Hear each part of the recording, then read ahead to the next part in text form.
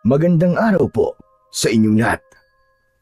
Ang kwentong inyong mapapakinggan ay tungkol sa batang si Darwin na isang pilantod mula nang siya ay isilang.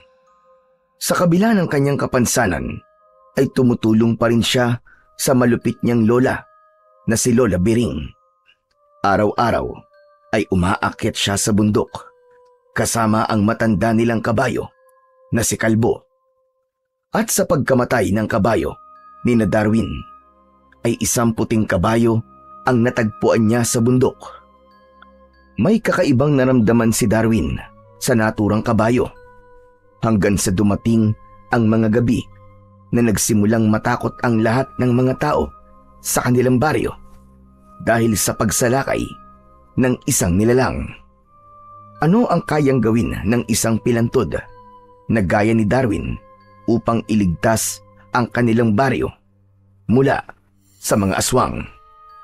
At anong tulong ang makukuha niya mula sa puting kabayo na natagpuan niya sa bundok?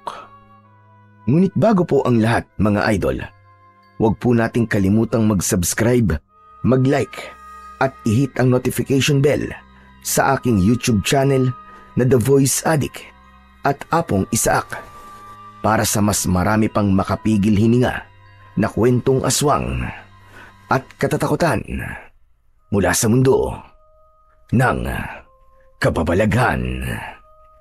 Umpisahan na po natin ang kwento. Umiiyak na umuwi sa kanilang bahay ang 11 taong gulang na batang si Darwin. Halos hindi siya makahinga dahil sa pag-iyak. Hawak niya sa isang kamay ang tali na nakakonekta sa kabayo niya na si Kalbo.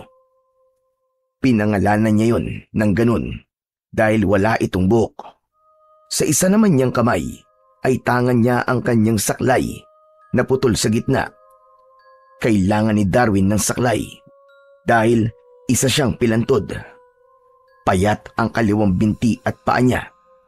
Yun ay naging epekto nang magkaroon siya ng polio nung sanggol pa lamang siya. Nakita si Darwin ng kanyang Lola Biring. Imbis na maawa, ay napakunot ang noo ng matanda. Darwin, ano tumiiyak ka na naman? Hindi ba sabi ko, ayoko nang uuwi ka rito nang umiiyak? Inaway na naman po kasi ako ng mga bata. Hindi pa po sila nakontento sa panglalait sa akin. Napilantod po ako. Sinira pa po nila ang saklay ko. Bakit kasi hindi ka lumaban? Ang sabi ko sa'yo, kapag may nanunokso sa'yo ay lumaban ka. Hampasin mo na saklay mo, hampalusin mo. Kaya ka inaapi ng mga bata rito ay dahil hindi ka lumalaban. Pero Lola, paano naman po ako lalaban sa kanila? Pilay po ang isa kong paa, tapos ang dami pa po nila. Natatakot po ako na baka kapag nilabanan ko po sila, pagtulungan po nila ako at bugbugin. Ayan, yan pa ang isang problema sa'yo. Puro ka na lamang takot, takot, takot. Walang mangyayari sa buhay mo kung puro takot ang paiiralin mo. Paano na? Kapag namatay na ako, sige. Ano nang mangyayari sa'yo? Matatakot ka pa rin. Pwede po bang wag niyo na po akong pagalitan, Lola? Nasira na naman po ang saklay ko. Ayusin niyo naman po. Hindi na. Hindi ko na yan aayusin. Sawag-sawa na akong ayusin ang saklay mo na yan. Palagi na lamang nasisira. Ano po? Pero Lola, paano na po ako makakalakad kung wala po akong saklay? Pwes, masanay kang maglakad ng walang saklay. Total palagi yung sinisira ng mga bata. Kaya mas mabuti pang wag nang ayusin yung saklay mo. Mahihirapan po akong umakit sa bundok kung wala po akong saklay. Hindi ka pa marunong makaintindi. Ang sabi ko ay sanayin mo ang sarili mo na maglakad ng walang saklay. Sa kanong silbi ng kabayong yan kung hindi mo sasakyan? Pambihira kang bata ka. Sakyan mo yan kapag aakyat at bababa ka sa bundok. Napakasimple ang solusyon sa problema mo. Matuto ka ngang mag-isip At huwag mong inaasa ang lahat sa akin. Pero matanda na po kasi si Kalbo, Lola. May hihirapan po siya kapag sumakay po ako sa kanya. Hirap na nga po siya sa pagbubuhat ng mga gulay tapos dadagdag pa po ako. Kung ang kabayong yan ang mas iisipin mo kaysa sa sarili mo, aba, bahala ka. Sige na. Ayusin mo na ang mga gulay para maibenta ko na ang mga yan. Masyado ka nagsasayang ng oras. Walang imik na sinunod ni Darwin ang utos ng kanyang lola Biring. Huminto na siya sa pag-iyak habang awang-awa siya sa kanyang sarili. Kahit nahihirapang maglakad ng walang saklay, ay pilit pa rin siyang humakbang. Ilang beses siyang nabuwal, ngunit kahit isang beses ay hindi siya tinulungan ni Lola Biring. Nakataas ang noo na pinanood siya ng matanda hanggang sa makarating siya sa likod ng bahay. Itinali ni Darwin si Kalbo sa puno ng mangga. Kinuha niya ang upuan na siyang tinutungtungan niya upang kunin ang 2 tiklis na nasa likod ng kabayo. Nakakabit ang mga tiklis sa palangka o yung bagay na inilalagay sa likod ng kabayo para may upuan ang sasakay dito. Matapos maibaba ni Darwin ang mga tiklis, ay hinugasan niya na ang mga gulay sa balon. Meron siyang naani na pechay, mustasa, talong at okra. May maliit na lupa si Lola Biring sa bundok. Ang lupang yun ay ginawa nitong taniman ng iba't ibang klase ng mga gulay. Si Darwin ang umaakyat sa bundok para mag-ani, habang ang lola naman niya ang naglalako ng mga gulay na makukuha niya. Ang kabayong si Kalbo ang katulong ni Darwin sa pagdadala ng mga gulay pababa ng bundok. Matanda na si Kalbo nang mabili yun ni Lola Biring nung nakaraang taon. Matapos mahugasan ang mga gulay, ay inilagay na ni Darwin ang mga yun sa bilao. Kinuha na yun ni Lola Biring para ibenta. Magsaing ka mamaya ha. Dapat pagbalik ko ay nakaluto ka na. Baka naman unahin mo pa ang pakikipaglaro kay Rodel. Lola, hindi niyo pa ba muna aayusin yung saklay ko bago po kayo umalis? Hindi ba sinabi ko sa'yo kanina ay mag-aral ka ng maglakad ng walang saklay? Tigilan mo na ako at nasasayang ang oras ko sa'yo. Wala nang nagawa pa si Darwin nang umalis na si Lola Biring. Bumalik siya sa likod ng bahay at doon ay nilapitan at kinausap niya ang kabayong si Kalbo. Kalbo, paano na kaya to? Paano na ako makakakit ng bundok? Ngayong sira na naman ang aking saklay. Ayaw naman tong ayusin ni Lola Biring. Siguro nagsawa na siya sa pag-ayos ng saklay ko kasi maraming beses na itong nasira eh. Nagulat si Darwin nang marinig niya ang malakas na pagtawag ng nag-iisa niyang kaibigan na si Rodel.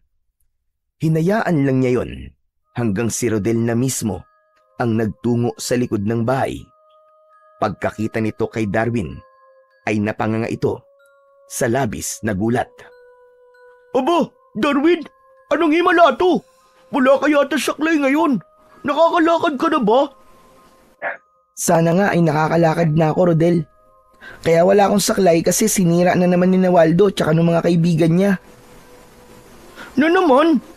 Ano ba napapala nila sa pagsira ng saklay mo? At palagi nilang ginagawa yun.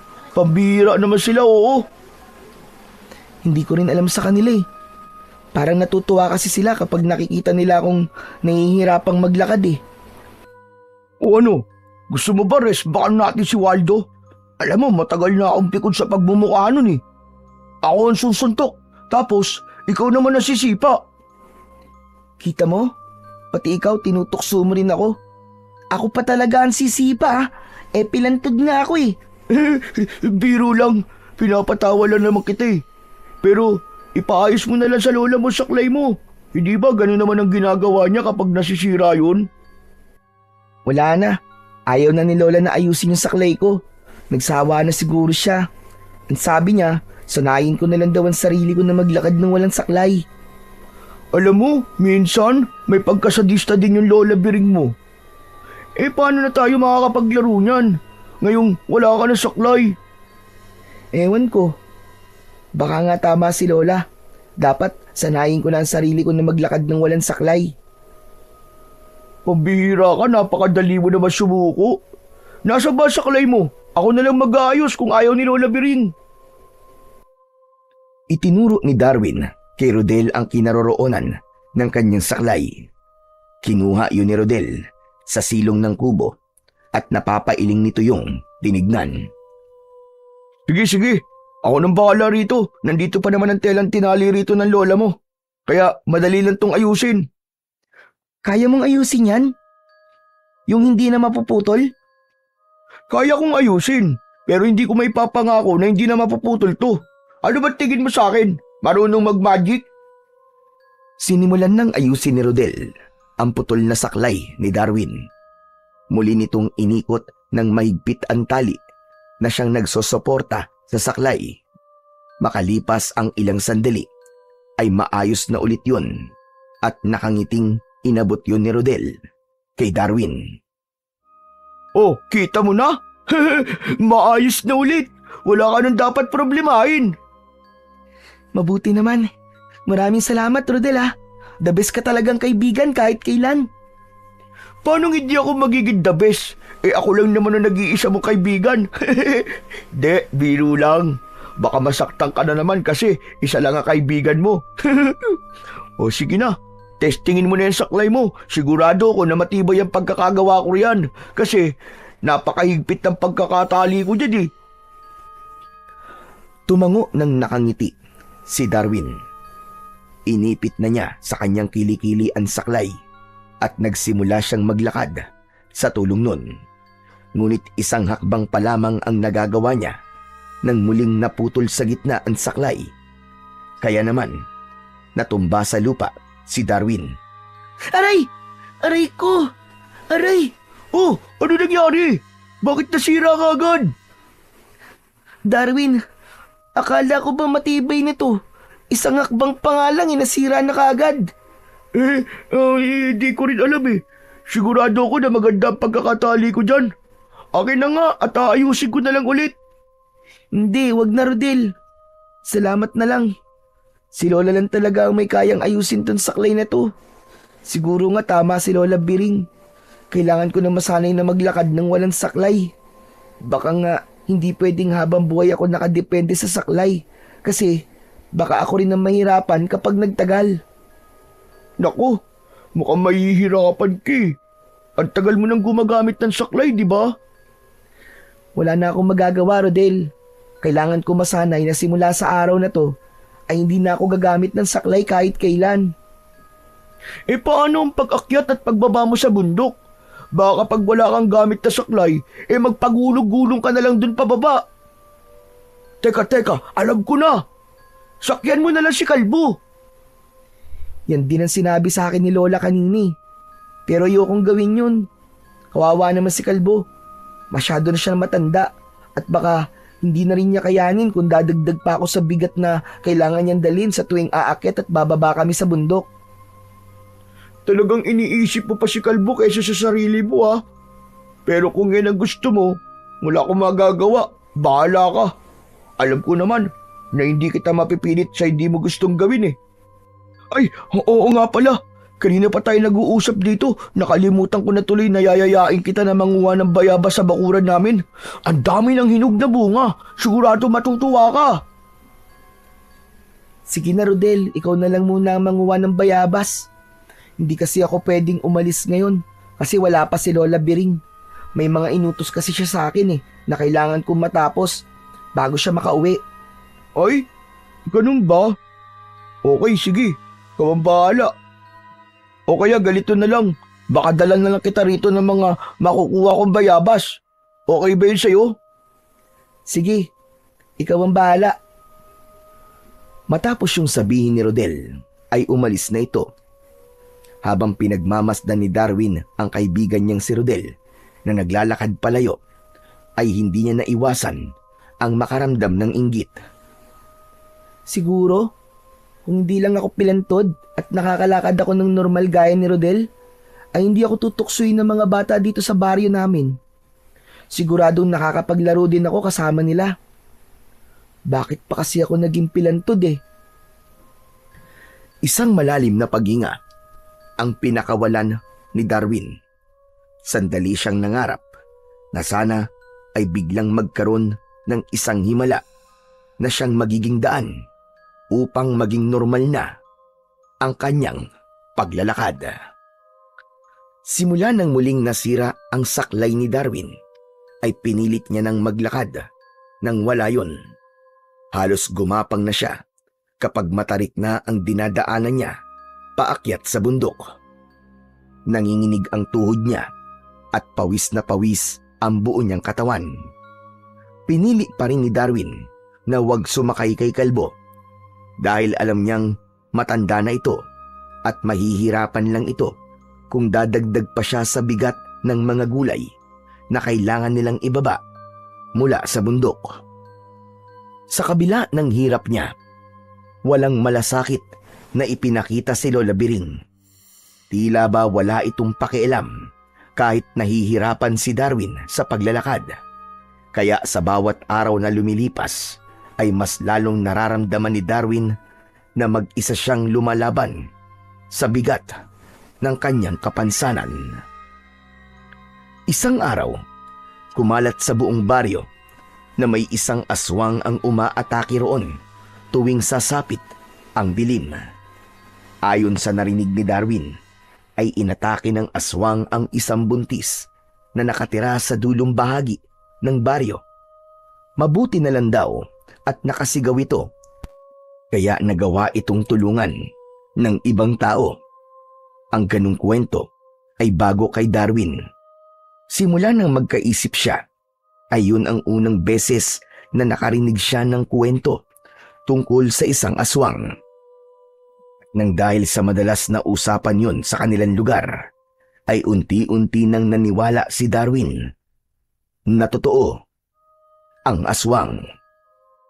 Kaya naman, habang naghahapunan, ay hindi napigilan ni Darwin na sabihin kay Lola Biring ang bagay na nagbibigay ng takot sa kanya. Lola, alam niyo na po ba na marami ng tao rito sa atin ang bumibili po ng asin? Talagang kilo-kilo po kung bumili sila. Nagkakaubusan na nga po sa palengke. At bakit naman nila ginagawa yun, Aber? Lahat ba sila ay gumagawa na ng daing o itlog na maalat? Hindi po. Pangontra daw po kasi sa aswang ang asin. Takot daw puro ng mga aswang. Eh Lola, tayo po. Hindi po ba tayo bibili ng maraming asin? Ang sabi po ng iba, dapat daw po magsaboy ng asin sa paligid ng bahay.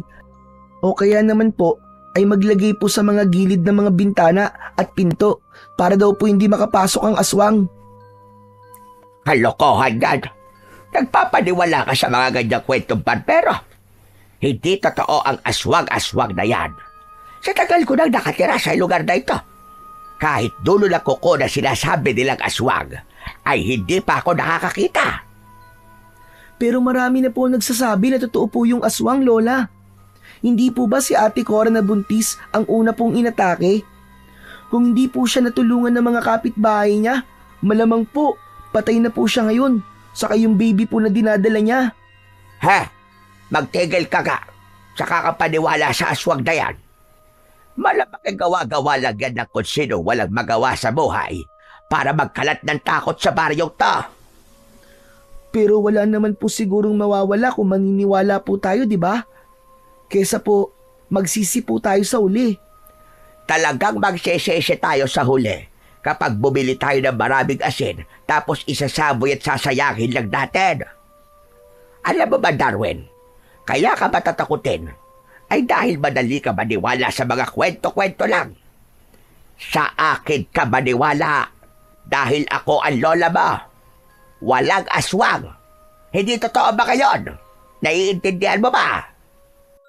Anging tango na lamang ang naisagot ni Darwin. Kahit ang totoo ay natatakot pa rin siya dahil wala silang proteksyon mula sa aswang. Naisip niya na baka biglang sumalakay sa kanilang bahay ang aswang dahil hindi sila nagsasaboy ng asin sa paligid. Sa nakalipas na araw ay mas lalong naging maingay ang kwento tungkol sa aswang. Nadagdagan ang mga taong nagsasabi na nakita nila ang aswang habang ang iba naman ay muntik na raw atakihin at patayin ng naturang nilalang. Nang dahil sa mga ganong kwento ay mas lumala ang takot ni Darwin, lalo na sa tuwing sumasapit ang gabi. Kasabay nun ay patuloy pa ring nahihirapan si Darwin sa paglalakad ng walang saklay. Naging mabagal tuloy ang pagkilos niya nang dahil doon. Madalas din siyang matumba, lalo na sa tuwing umaakyat siya sa bundok. Isang umaga, nakarating na si Darwin sa kanilang bahay kasama ang kabayong si Kalbo. Galit na lumabas si Lola Biring mula sa kanilang kubo. Natakot si Darwin dahil may dala itong pamalong kawayan. Ano't ngayon ka lang dumating, ha? Hindi mo ba alam kung anong oras na? Malapit na mag-alas 12 ng tanghali. Sa tingin mo ba ay may bibili pa na mga gulay sa akin na ganitong oras? Kung karamihan sa mga tao ay nakapagluto na ng kanilang pagkain. Pasensya na po, Lola. Anong pasensya? Siguro nakipaglaro ka na naman kay Rodel, ano? Baka kung saan na naman kayo nagpunta, kaya ngayon ka lang nakauwi. Hindi po, Lola. Talagang mabagal na po akong maglakad ngayon kasi wala na po akong saklay. Hindi pa po kasi ako sanay maglakad nang walang ginagamit na saklay. Sandaling natahimik si Lola Biring. Inakala ni Darwin na papaluin siya nito gamit ang hawak nitong kawayan. Ngunit biglang itinapon ng matanda ang kawayan sa paanan ni Darwin. Yan ang gamitin mong tungkod para maging mas mabilis ang paglalakad mo. Pero hindi po ako sanay sa tungkod eh. Mas sanay po ako sa saklay. Baka po pwedeng ayusin niyo na po ang saklay ko, Lola, para mas mabilis na po ako maglakad. Napaka-arte mo. Magpasalamat ka nga at meron kang tungkod kesa wala. Saka mas mabuti na ganyan. Para kapag nasira ay madaling palitan. Sige na. Ayusin mo na mga gulay sa likod. At para maibenta ko na mga yan. Kapag yan hindi na ubos ngayon, ipapalamon ko ang lahat ng yan sa'yo. Buwisit na bata ito. Bagsak ang balikat na kinuha ni Darwin ang kawayan at ginamit niya yung tungkod habang naglalakad. Hirap pa rin siya dahil hindi yun gaya ng saklay na mas madaling nasusuportahan ang kanyang bigat. Ngunit ganun pa man, pinilit pa rin niyang gamitin ang tungkod upang hindi na siya pagilitan ni Lola Biring. Simula nang magkaisip si Darwin, ay si Lola Biring na ang kanyang kasama. Wala siyang nakilalang nanay at tatay. Ayon sa lola ni Darwin, sanggol pa lang siya nang mamatay ang kanyang mga magulang. Nagkaroon daw ng napakalakas na bagyo at tinangay ng rumaragas ang baha ang kanyang ama at ina. Walang buhay na nang matagpuan ang dalawa habang nakabaon sa putik. Kaya sabik si Darwin sa pagmamahal mula sa isang ina at ama. Kahit kailan ay hindi niya yon naramdaman. Ang bagay na yon ang dahilan kung bakit malaki ang inggit niya sa mga bata sa lugar nila na kumpleto ang pamilya. Siya kasi, kahit kasama niya si Lola Biring, ay hindi niya maramdaman na mahal siya nito. Madalas itong nakasigaw sa kanya at tila sinasadya nito na palagi siyang pahirapan. Isang umaga, bumaba si Darwin ng bundok kasama si Kalbo. Punong-puno ng mga gulay ang 2 tiklis na nakakabit sa likod ng kabayo. Ramdam ni Darwin ang hirap ng matandang kabayo dahil mas mabagal yung maglakad dahil sa dami ng dala nito. Pasensya ka na, kalbo kung marami kang dala ngayon, kung nabibigatan ka. Kailangan na kasing anihin ng mga gulay kasi baka mabulok na ang mga yun Hayaan mo, pag uwi natin ay papakainin at papainumin kita kagad. Nagpatuloy si Darwin sa paglalakad hanggang sa nakarating na sila sa mismong baryo. Agad na nilukob ng takot si Darwin nang humarang sa dinadaanan niya ang mga batang palaging nanunukso sa kanya. Nasa unahan ng mga yon si Waldo na palaging nangunguna sa panunukso kay Darwin. Mas lalo pa siyang natakot dahil may dalang mga bato ang mga bata. Waldo, baka pwedeng wag niyo na muna akong tuksuin ngayon Kailangan na naming makauwi ni Kalbo kasi pagod na siya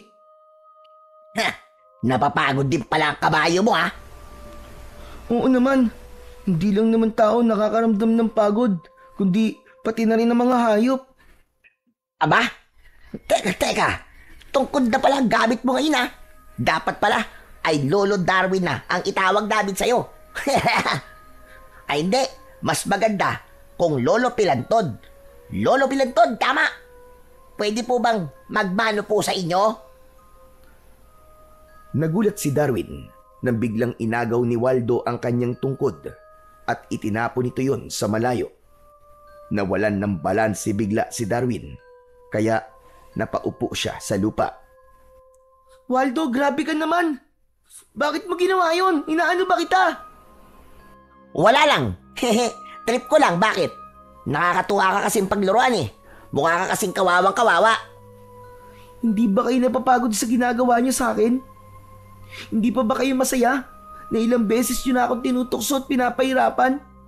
Magpasalamat na nga lang kayo na wala kayong kapansanan gaya ng sa akin.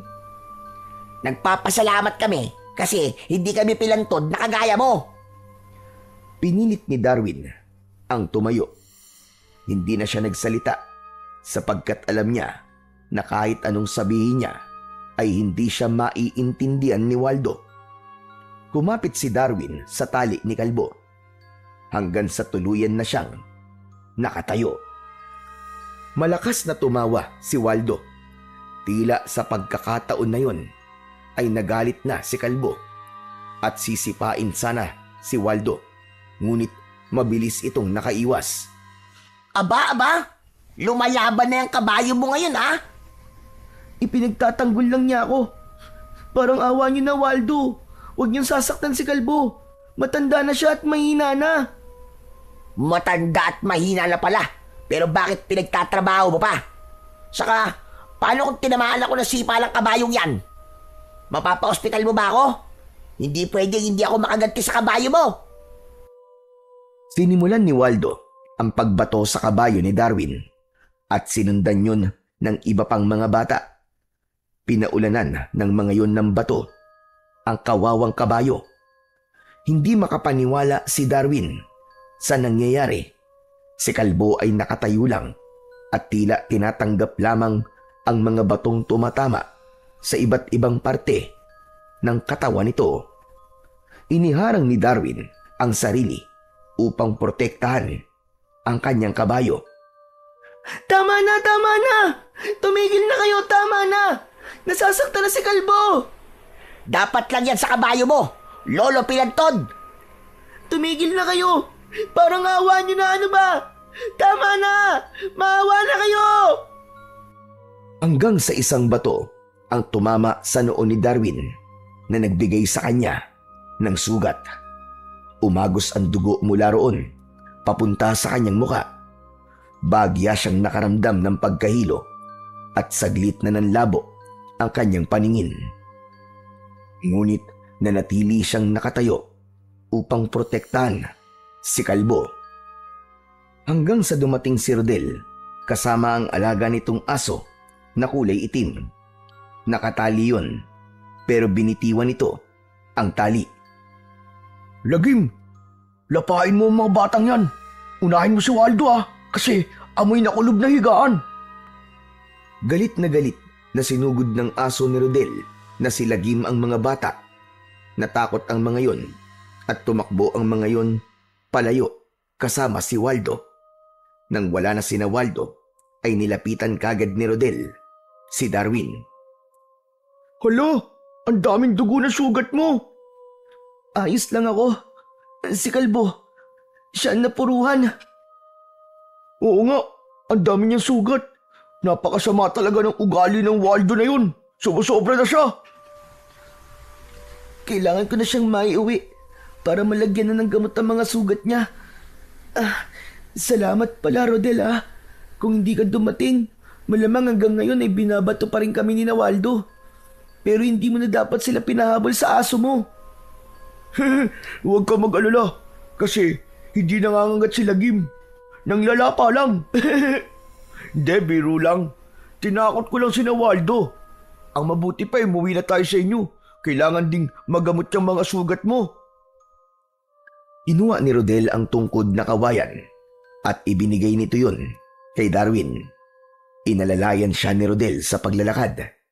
Ngunit imbis na mag-alala si Darwin sa kanyang sarili, ay mas nag-alala siya para sa alaga niyang kabayo na si Kalbo.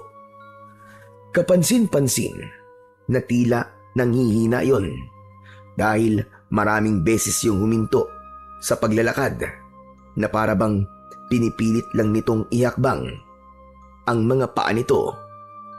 Nang makarating na sila sa bahay ni na Darwin, ay biglang nabuwal si Kalbo. Malakas yung bumagsak sa lupa at habol nito ang paghinga. Nilukob ng labis na pag-aalala si Darwin. Umupo siya sa tabi ng kabayo at hinawakan niya ang katawan nito. Hindi na napigilan ni Darwin ang mapaiyak sa labis na pag-aalala. Kalbo, huwag mo akong iiwan ha. Huwag kang mamamatay ha. Lumaban ka, Kalbo. Parang nangihina na talaga siya, Darwin. Kalbo, pakiusap. Lumaban ka naman oh. Parang awa mo na, Kalbo. Huwag kang mamamatay. Biglang lumabas si Lola Biring mula sa kanilang kubo. Bagamat nagulat ito nang makita ang nakahandusay na kabayo, ay mas pinili pa rin ito ang magalit kay Darwin. Darwin! Ano't napakalakas ng pag-iyak mo? Nakakahiya ka sa mga kapitbahay. Baka isipin nila na namatayan ka. Lola, parang ganun na nga po. Di niyo po ba nakikita na parang mamamatay na po si Kalbo? Tsaka talagang inuna niyo pa pong pagalitan si Darwin kaysa mag-alala kasi puno na po ng dugo ang mukha niya. Mukhang hindi pa naman mamamatay ang apo ko Saka ano bang nangyari? Pinagbabato po ni na Waldo si Kalbo. Siyempre, prinotektahan po ni Darwin si Kalbo. Kaya pati po siya ay tinamaan ng bato. Ganun naman pala Kasalanan mo naman pala. Kaya ka nagkasugat sa noo, Darwin. Sino ba naman kasing nasa matinong pag-iisip ang ihaharang ang sarili sa binabatong hayop? Pero hindi lang po basta hayop si Kalbo. Kaibigan ko po siya. Saka siya po ang tumutulong sa atin sa pagkuha po ng mga gulay. Kung hindi po dahil sa kanya, wala po tayo may bibendang gulay. Hayaan mo nang mamatay na si Kalbo. Matanda naman na talaga yan. Pumasok ka na sa loob at lilinisan ko ang sugat mo. Ayoko po. Si Kalbo po muna ang unahin niyo. Hindi na po siya gumagalaw, Lola. Bihira itong batang ito. Veterinaryo ba ako para ako gumamot sa kabayong yan? Kung ayaw mo linisan at gamutan ko ang sugat mo ay bahala ka sa buhay mo. Basta't wag mo akong sisisiin kapag na-infection yan. Umalik na si Lola Biring sa loob ng kubo. Kahit konting pag-aalala mula sa matanda ay walang naramdaman si Darwin. Patuloy sa pag-iyak si Darwin sa tabi ni Kalbo. Hindi niya alam kung ano ang gagawin niya ng sandaling yon. Para sa kanya ay hindi lang isang kabayo si Kalbo. Kaibigan ang turing niya rito at yun ang hindi naiintindihan ni Lola Biring. Sa kasamaang palad, tuluyan na ngang binawian ng buhay ang kabayong si Kalbo sa araw na yon. Ang gusto sana ni Darwin ay ilibing ang kabayo, ngunit tinutulan yon ni Lola Biring. Agad na naghanap ang matanda ng bibili ng patay na kabayo para sa karne nito, at nang makahanap ito ay ibinenta nito si Kalbo. Labis ang pagluluksa ng batang si Darwin dahil sa pagkawala ng kanyang kabayo na mahigit 3 taon niyang nakasama. Kaya naman hanggang sa hapunan ay umiiyak siya. Halos hindi niya magawang galawin ang kanyang pagkain dahil wala siyang gana. Ano ba, Darwin? Pwede ba tumigil ka na sa pag-iyak mo? Kung iiyak ka lang sa harap ng pagkain ay mas mabuti pang lumabas ka na muna. Malungkot lang po kasi ako. Kasi wala na po si Kalbo. Hayaan mo. At kapag nakakita ako ng murang kabayo, ay bibili ako kahit hulugan para matahimik ka na sa pag-iyak-iyak mo na yan. Kasi hindi ka na nakakatuwa. Hindi po mapapalitan ng kahit sinong kabayo si Kalbo, Lola. Kaibigan ko po siya. Saka dapat po ay pumayag na lang po kayo na ilibing po natin siya kesa sa ibenta. Hindi ka ba nag-iisip? Kung hindi ko binenta si Kalbo, ay di sana adobong baboy ang ulam natin ngayon. Maging practical ka nga at huwag palaging imisyon na pinapairal mo. Oo nga pala, habang hindi pa ako nakakahanap ng bagong kabayo, ay buhatin mo na lang muna ang mga gulay. Magtiis ka muna at pansamantala lang naman yan. Pero masyado pong mabigat ng tiklis kapag puno po yun ng mga gulay. Baka hindi ko po yung kayanin. Bakit? Gusto mo bang ako pang umakyat ng bundok? Nakita mo na magmatanda na ako at mahina na ako. Ako pa nagtitinda ng mga gulay. Hindi pwedeng ako lang ang lahat ng kikilos dito. Aba, hindi tayo mabubuhay pag nagkataon. Sige po. Kakayanin ko na lang po. Kahit mahirap. Ayan, ganyan na. Ganyan ka dapat mag-isip. Kahit mahirap, kailangan mo kayanin. Sige na, kumain ka na. At ayoko nang makikitang umiiyak ka. Pinilit ni Darwin na kumain. Kahit wala siyang gana, pinigilan niya ang pagpatak ng kanyang mga luha upang hindi na siya pagalitan ni Lola Biring. Sa mga sumunod na araw, ay nilabanan ni Darwin ang lungkot sa pagkawala ni Kalbo. Alam niya na hindi siya maaaring magpatalo sa lungkot dahil siya rin ang mahihirapan at maaapektuhan. Simulan nang wala na silang kabayo, ay nahirapan na siya ng gusto sa pagbababa ng mga gulay mula sa bundok. Maraming beses niyang inisip na sumuko, ngunit alam niya na walang lugar ang pagsuko sa buhay, lalo na't mapapagalitan siya ni Lola Biring sa sandaling magreklamo siya o maglabas ng hinaing dito. Isang araw, habang hila ni Darwin ang isang tiklis na puno ng mga gulay, ay lumapit si Rodel sa kanya. Agad siya nitong tinulungan dahil nakita nitong hirap na siya. Hanggang ngayon ba ay wala pa rin kayo nakukuha bagong kabayo? Wala pa rin, Rodel eh. Ang sabi ni Lola ay maghanap siya ng kabayo na hulugan. Pero hanggang ngayon, wala pa siyang nahanap. Kawawa ka naman pala. Ibig sabihin, ikaw na mismo nagbababa ng mga gulay mula sa bundok? Hindi ba naaawa si Lola Biring sa'yo? Buti sana kung hindi ka pilantod, tapos ang payat-payat mo pa. Paano? Wala rin kasi pwedeng gumawa ng ginagawa ko. Matanda na si Lola at mahihirapan na siyang bumaba ng bundok kung may dala siyang mga gulay. Mabigat to eh. Ayos na rin to, para hindi na mahirapan si Lola. Kung may malaki lang sana akong maitutulong sa'yo. Kung may pera lang sana ako, binilhan na kita ng kabayo eh. Yung medyo bata pa, para malakas. Ano ka ba, Rodel? Malaki na kaya ang naitutulong mo sa akin. Lalo na nung ipinagtanggol mo kami ni Kalbo kina Waldo. Ay, naalala ko tuloy bigla si Kalbo dahil nabanggit ko ang pangalan niya.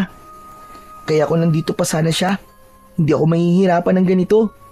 Sinabi mo pa, pero isipin mo na lang na mas mabuti na rin yung nangyari na yun kay Kalbo para makapagpahinga na siya. Hindi ba ikaw na mismo nagsabi sa akin dati na matanda na at mahina na si Kalbo?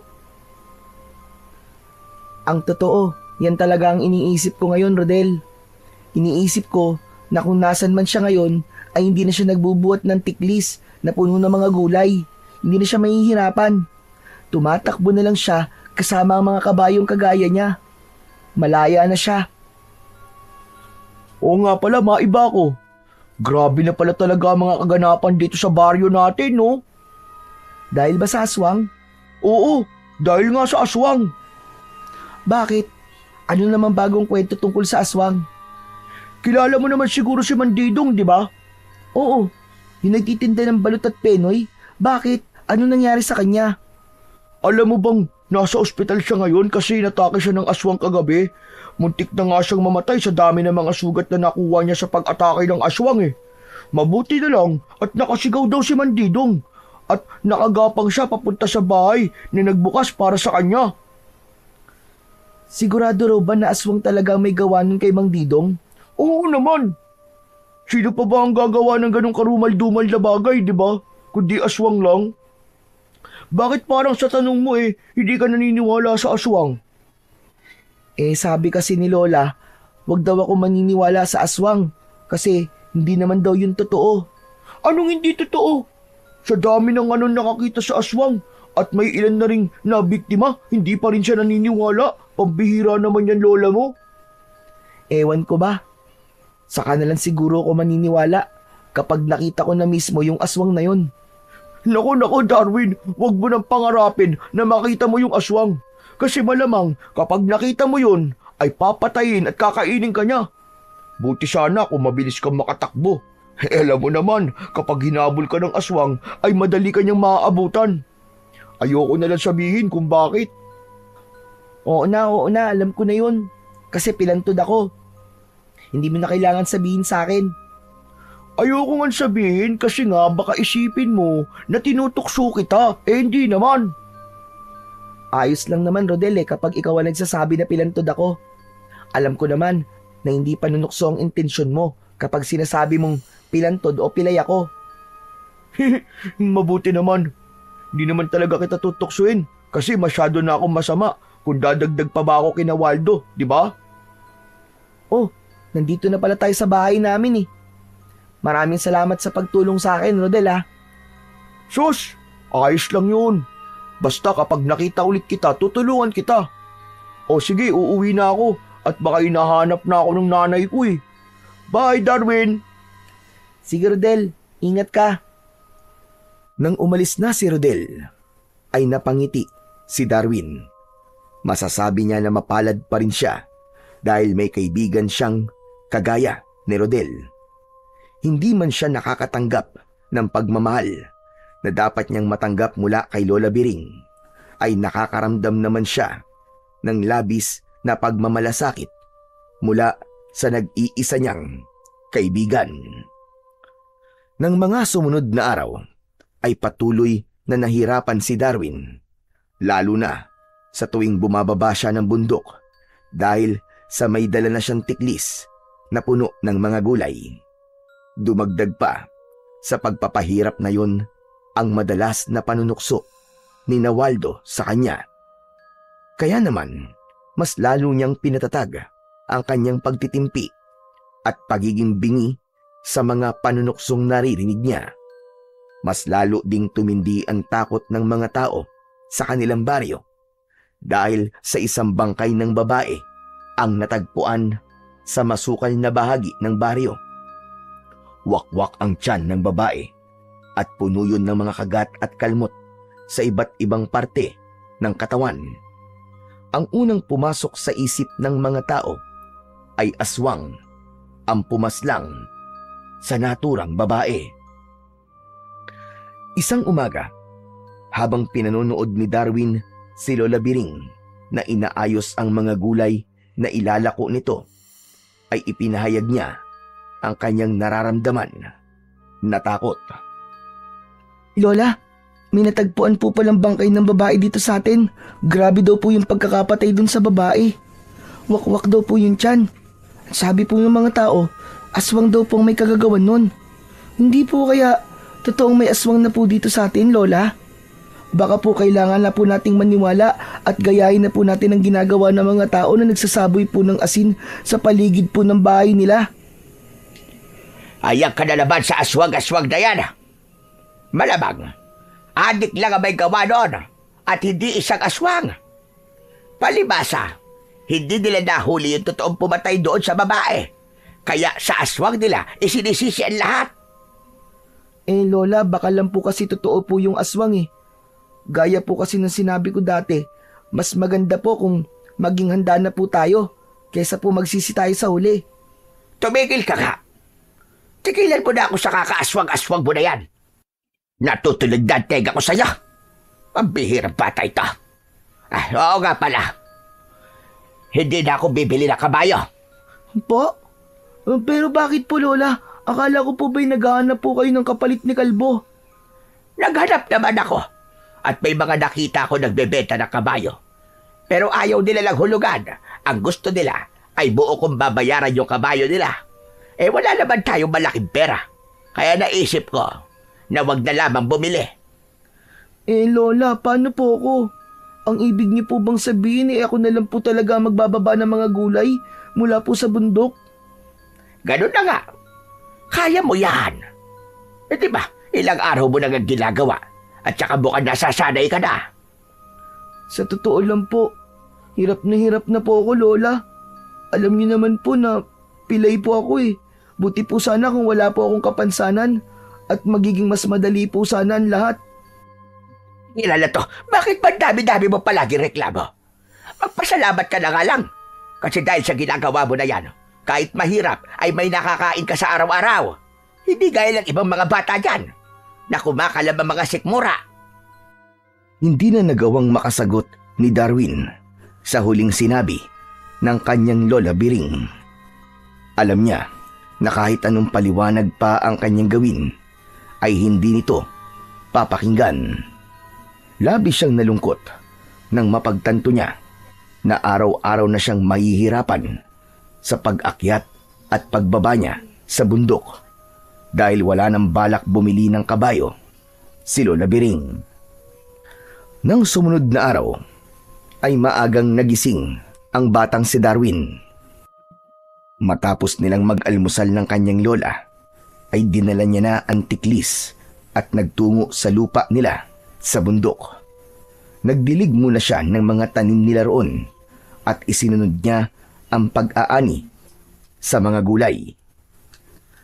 Habang abala siya sa pagpitas ng mga kamatis, ay natigilan siya nang makarinig siya ng halinghing ng kabayo sa kung saan. Nagtatakang lumingon sa paligid si Darwin. Inakala niya na nagkamali lang siya ng pagkakadinig. Ngunit nang muli niyang narinig ang halinghing ng kabayo, ay napagtanto niya na hindi yun isang guni-guni. Tuluyan nang tumayo si Darwin at muli siyang luminga. Kalbo? Kalbo, ikaw ba yan? Minumulto mo ba ako, Kalbo? Huwag mo naman akong multuin. Kahit kabayo ka, ay matatakot pa rin ako sa'yo. Sa pangatlong pagkakataon, ay narinig ni Darwin ang halinghing ng kabayo. Naging sunod-sunod na yon hanggang sa nagduda na siya na kaluluwa yun ni Kalbo na nagpaparamdam sa kanya. Kahit imposible na magkaroon ng kabayo sa bundok sa oras na yon, ay nagdesisyon pa rin si Darwin na hanapin ang naturang kabayo. Sinundan niya ang tunog ng kabayo hanggang sa nakita niya ang isang puting kabayo na nasa ilalim ng isang malaking puno. Teka, totoo ba to? Paano nagkaroon ng kabayo rito? Nilapitan ni Darwin ang kabayo. Napansin niya na hindi yun makaalis Sa kinatatayuan nito, isa-isa niyang tinignan ang mga paa ng kabayo. Nakita niya na ang kaliwang paa nito ay nakaipit sa dalawang may kalakihang mga bato. Nako, ano ba nangyari sa'yo at naipit ang paa mo dyan? Teka, sandali, tutulungan kita ha. Basta wag mo akong sisipain ha. Hindi naman kita sasaktan eh. Nandito ako para tulungan ka. Huwag kang malikot ha. Ilit na tinanggal ni Darwin ang isang bato na umiipit sa paa ng kabayo. At nagtagumpay siya.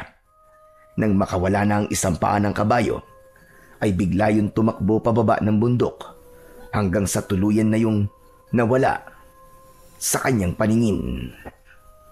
Napatingin si Darwin dahil nakatulong siya sa isang hayop na nangangailangan ng tulong. Muli siyang napatingin sa mga bato kung saan naipit ang paa ng kabayo. Napakunot-noo siya nang may isang kakaibang bagay ang naroon.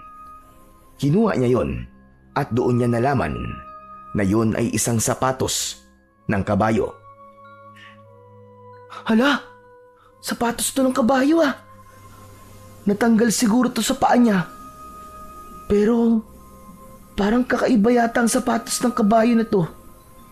Napakalinis niya at ang kintab-kintab. Paano ko naman to ibabalik dun sa kabayo na yun kung tumakbo na siya? Hanggang sa nagdesisyon si Darwin na itago na lamang ang sapatos ng kabayo at kapag muli niyang nakita yung kabayo ay sa kanya ibabalik. Marunong naman siyang maglagay ng ganun dahil ginagawa niya yon kay Kalbo nung buhay pa yon. Nang makabalik na si Darwin sa kanilang bahay ay hinugasan niya na ang mga gulay na kanyang inani. Matapos yon ay inayos na yon ng kanyang lola Biring at saka ito umalis para ibenta ang mga yon. Nang mag-isa na si Darwin ay hinugasan niya na ang mga pinagkainan nila kaninang umaga. Habang abala siya sa kanyang ginagawa ay natigilan siya nang makarinig siya ng halinghing ng kabayo sa labas ng kanilang kubo. Iniwanan ni Darwin ang kanyang ginagawa at nagmamadali siyang nagtungo sa labas. Nanlaki ang mga mata niya nang makita ang isang puting kabayo na nakita niya rin kanina sa may bundok. Nakatayo yun sa harapan ng kanilang kubo. Hindi makapaniwalang nilapitan ni Darwin ang puting kabayo. Anong ginagawa mo rito? Paano mo nalaman kung saan ako nakatira? Oo nga pala. Nakuha ko yung sapatos mo. Dito ka lang ah. Kukunin ko lang sa loob at ikakabit ko sa paa mo. Bumalik si Darwin sa loob ng kanilang kubo. Kinuha niya ang sapatos ng kabayo mula sa kahon kung saan nakalagay ang kanyang mga damit. Binalikan niya ang puting kabayo. Una niyang tinignan ang kaliwang paa nito sa hulihan. Pero nagtaka siya dahil meron itong sapatos doon. Isa-isa niyang tinignan ang iba pang paa ng kabayo at lahat yon ay merong sapatos. Napakamot sa likod ng ulo ang batang si Darwin dahil sa labis na pagtataka. Ang bihira. Paano nangyari yun? Sa iba talaga tong sapatos na to? Bakit kumpleto ang sapatos sa mga paa mo? Kung hindi to sa'yo, kanino tong sapatos na to? Humalinghing ang kabayo na parabang may nais itong sabihin sa kanya. Tinignan ni Darwin ang kabayo sa mga mata at sa kanya hinaplos ang mukha nito. Oh, paano na yan? Hindi naman pala sa'yo ang sapatos na to. Ang mabuti pa, umalis ka na. Bumalik ka na doon sa amo mo. Paniguradong nag-aalala na sa'yo yun. Sa sandaling yon ay dumating si Rodel na may dalang isang plastik ng bayabas. Maging ito ay nagtaka nang makita ang puting kabayo.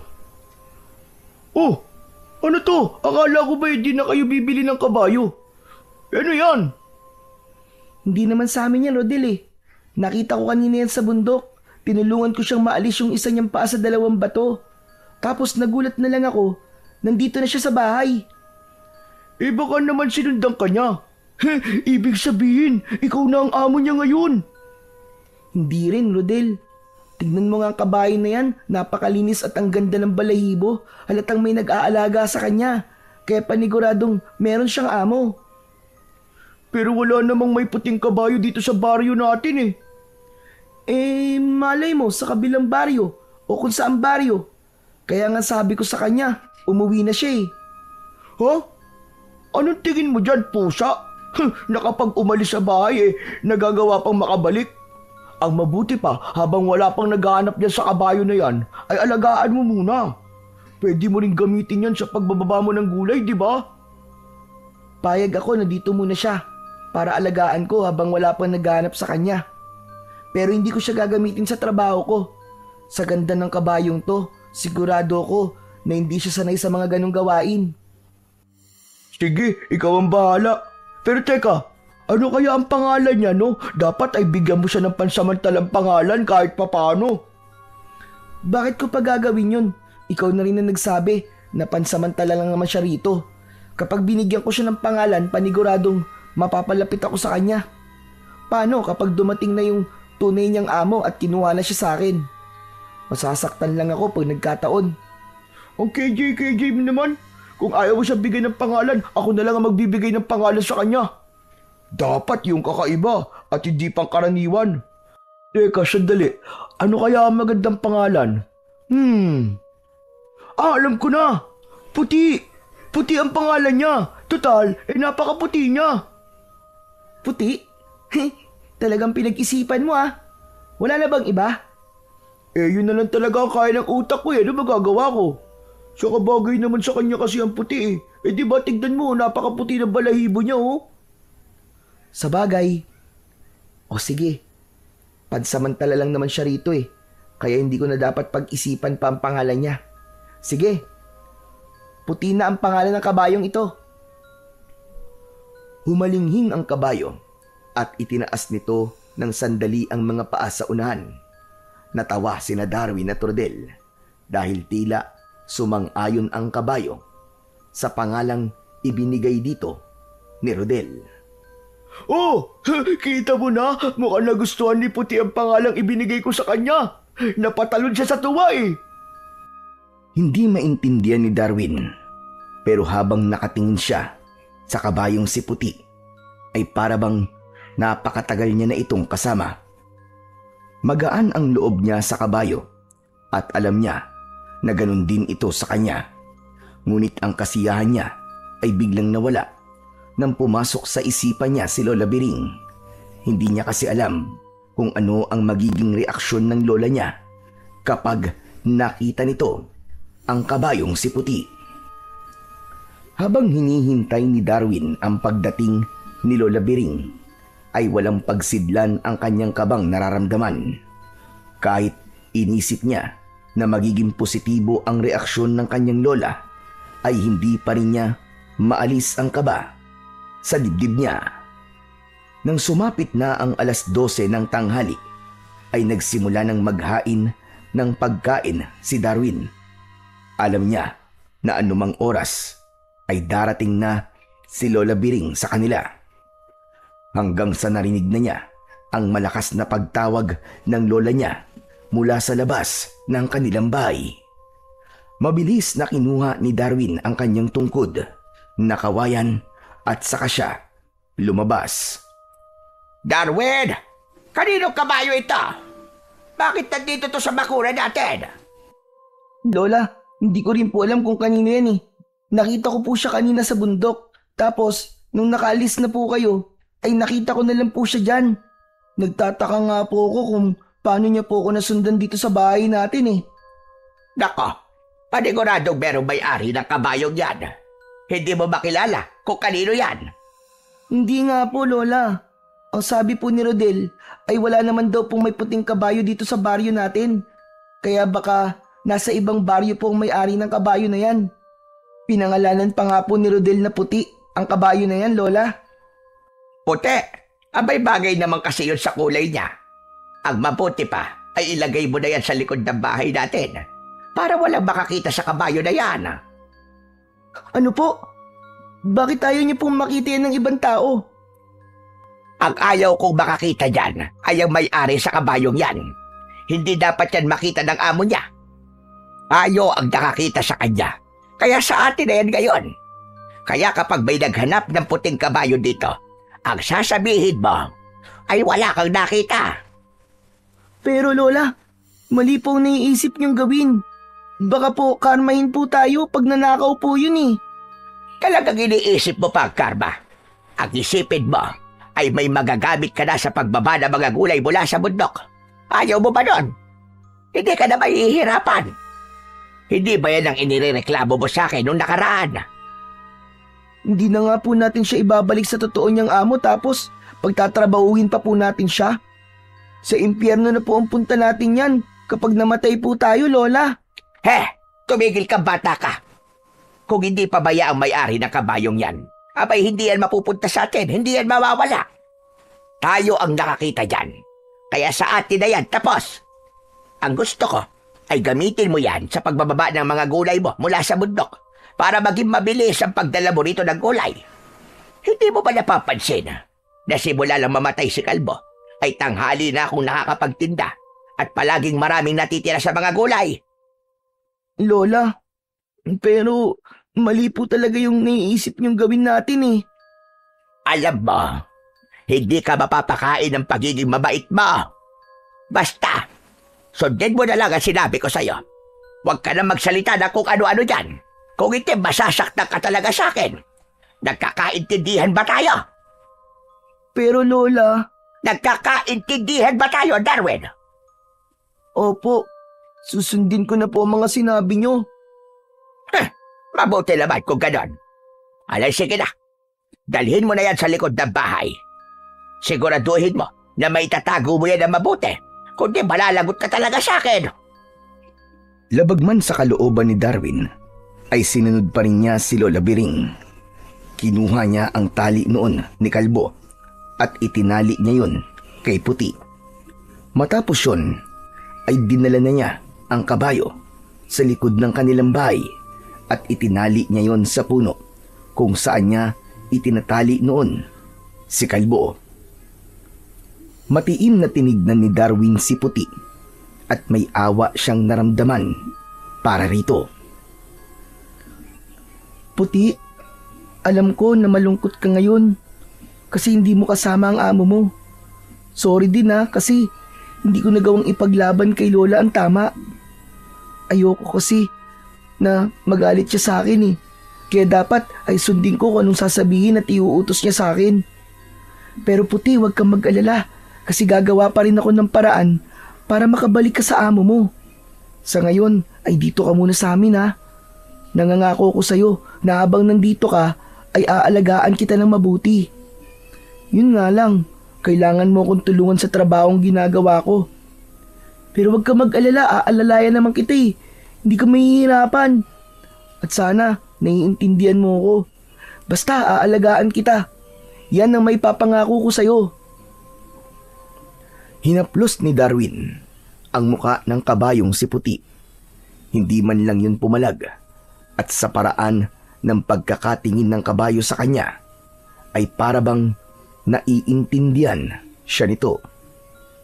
Simula noon ay isinasama na ni Darwin si Puti sa bundok. Ito na ang nagdadala ng tiklis na may laman na mga gulay pababa ng bundok. Inakala ni Darwin na hindi sanay sa ganoong gawain si Puti. Kaya labis siyang nagulat na walang kahirap-hirap nitong nagawa ang pagbaba ng mga gulay mula sa bundok. Ipinakita sa kanya ni Puti ang lakas nito na parabang hindi man lang ito nakakaramdam ng pagod. Isang umaga, habang kasama ni Darwin na naglalakad sa baryo si Puti pauwi sa kanilang bahay mula sa bundok, ay humarang sa kanilang harapan si Waldo. Nakangisi iyon habang may dalang 2x2 na kahoy. Aba, mukhang nakakuha na kayo ng kapalit ng namatay mong kabayo ah. Hindi siya namatay, Waldo. Pinatay si Kalbo. Pinatay niyo siya. Kung hindi niya pinagbababato si Kalbo, ay hindi siya manghihina. Buhay pa sana siya hanggang ngayon. Bakit sa akin mo'y sinisisi ang pagkamatay ng dati mong kabayong walang kwenta? Matanda naman na yun eh. Sa kamatayan na talaga punta nun. Hindi ka ba nakokonsensya na kahit matanda at mahina lang ang kabayo mo na yun, ay pinagtatrabaho mo pa rin? Wala akong gana na makipag-usap sa iyo ngayon. May mga kailangan pa akong gawin. Sandali! Bakit parang sinasagot-sagot mo na yata ako ngayon, ha? Matapang ka na ba? Ha? Papalad ka na ba? Ha? Matapang ka na? Hindi na nagsalita ang batang si Darwin. Naisip niya na mali na sinagot niya pa si Waldo dahil yun ang naging dahilan para mas lalo lamang itong magalit sa kanya. Maglalakad na sana siya pero bigla siyang itinulak ni Waldo ng malakas. Sa lakas ng pagtulak nito ay napaupo siya sa lupa. Ha! Humanda ka! Dahil uuwi ka sa inyo ng bugbog sarado. Nakikita mo tong dala kong 2x2, ha? Ito ang gagamitin ko sa'yo para lumpuhin pa yung isang paa mo para hindi ka na talaga makalakad kahit kailan. Waldo, parang awa mo na, wag mong gagawin yan. Wag! Maawa ka naman sa akin. Wala akong awa sa mga kagaya mo. At dapat mo lang itong maranasan para malaman mo ang nangyayari sa mga sumasagot at lumalaban sa akin. Nilukob ng labis na takot si Darwin ng sandaling yun. Sa galit na meron sa muka si Waldo ay alam niya na seryoso ito sa sinabi nito. Inihanda na niya ang kanyang sarili sa pananakit na gagawin ni Waldo sa kanya. Malalaki ang mga hakbang na lumapit si Waldo kay Darwin. Itinaas nito ang hawak na pamalo at nang akmang ihahampas na nito yun sa isang paa ni Darwin ay biglang nagwala si Puti. Laking gulat ni Darwin nang tumalikod si Puti kay Waldo. Sinipa ni Puti si Waldo gamit ang mga paa nito sa likuran. Tinamaan sa dibdib si Waldo at sa lakas ng sipa ni Puti ay halos lumipad palayo si Waldo. Nagpagulong-gulong pa yon sa lupa.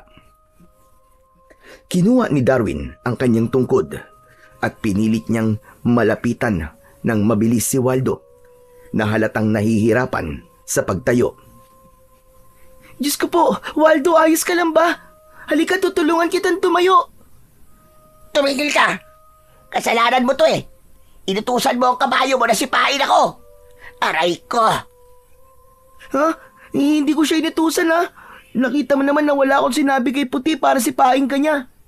Ginawa niya yon nang walang nag-uutos sa kanya. Hindi! Ikaw ang nag-utos sa kabayo mong yan.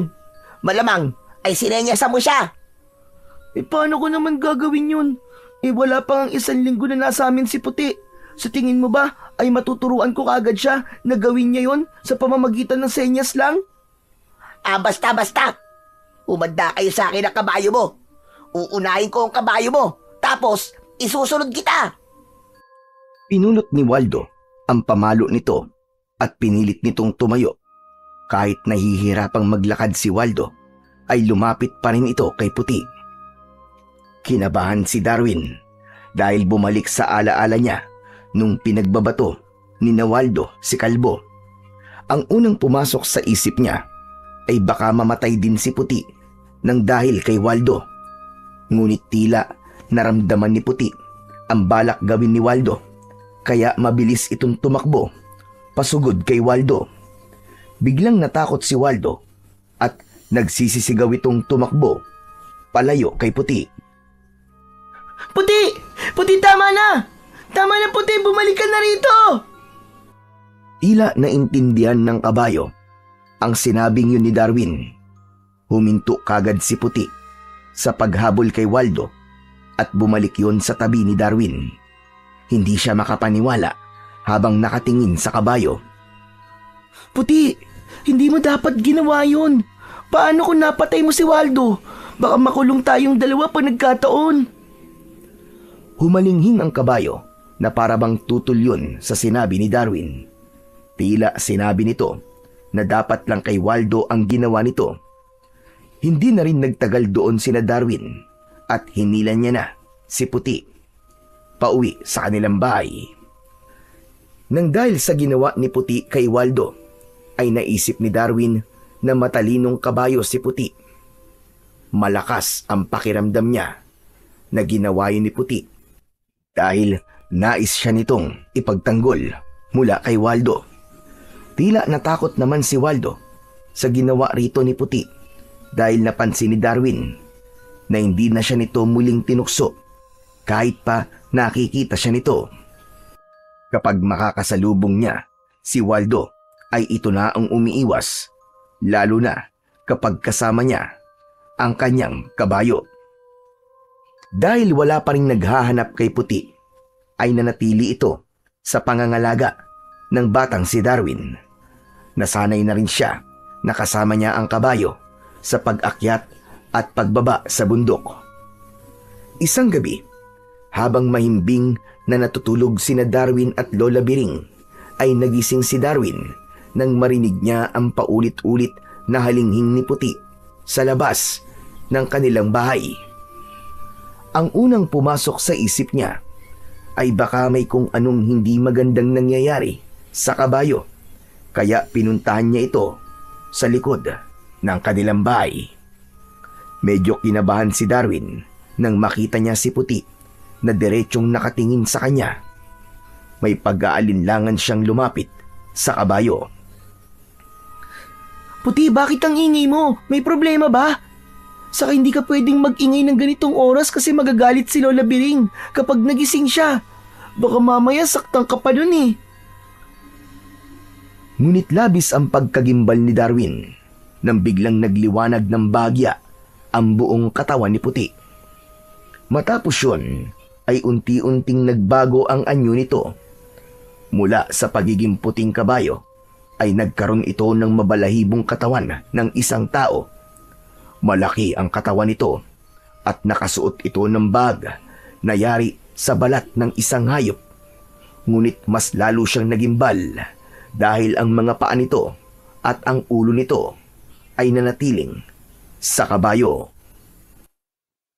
Sisigaw sana si Darwin, ngunit biglang dumilim ng gusto ang buong paligid. Tila nasa isang napakalawak siyang lugar kung saan walang hanggan ang kadiliman.